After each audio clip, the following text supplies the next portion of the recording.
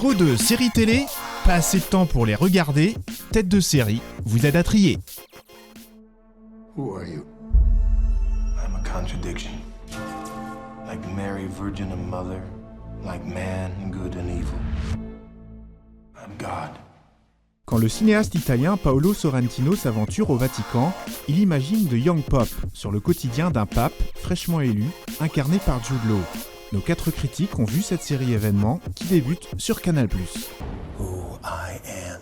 Qui est Lenny Belardo, alias P13, le pape de The Young Pope? Comme le titre de la série l'indique, c'est un jeune pape, enfin il a une quarantaine d'années, qui arrive des États-Unis, qui est assez mystérieux, que même les croyants ne connaissent pas bien, et qui va imposer au fur et à mesure son regard. Ce Lenny Belardo, qu'aucun cardinal connaissait vraiment, se révèle en fait être complètement instable, ultra conservateur et calculateur.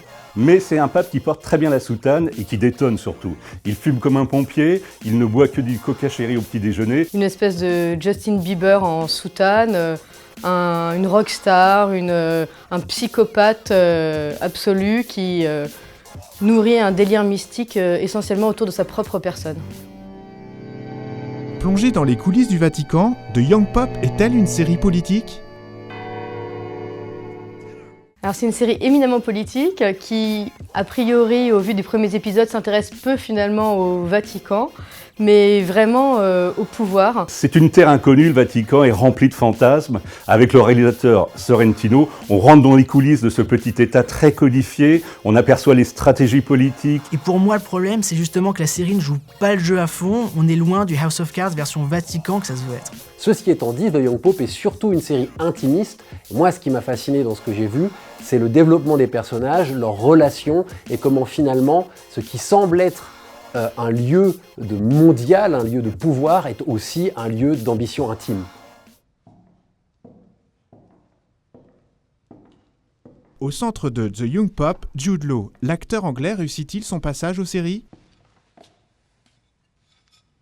À vrai dire, sans Jude Law, la série n'existerait pas.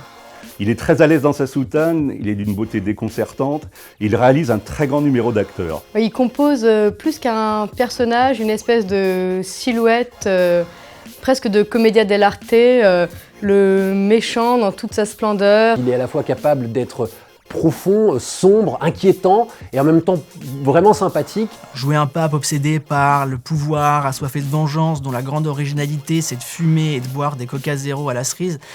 Bon, ça donne clairement de quoi faire à Jude Law et c'est cool pour lui. Est-ce que c'est aussi intéressant à regarder pour le téléspectateur ? Pas franchement. Good. Very good. Very good. Good. Very good. Yes, very, very good. Very, very good. Good. C'est l'heure du verdict de Tête de série. Faut-il canoniser The Young Pope ? Wait a minute. I'll be right back. The Young Pope est une satire hyper brillante, mais le risque c'est que trop de second degré peut tuer le second degré. Donc c'est à ne pas manquer, et comme on dit en Italie, santo subito.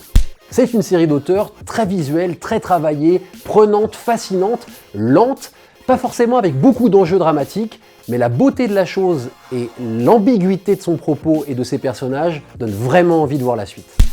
Ça part dans tous les sens, la réalisation est saccadée dans les musiques comme les ambiances, on sait pas comment on est arrivé là ni où on va.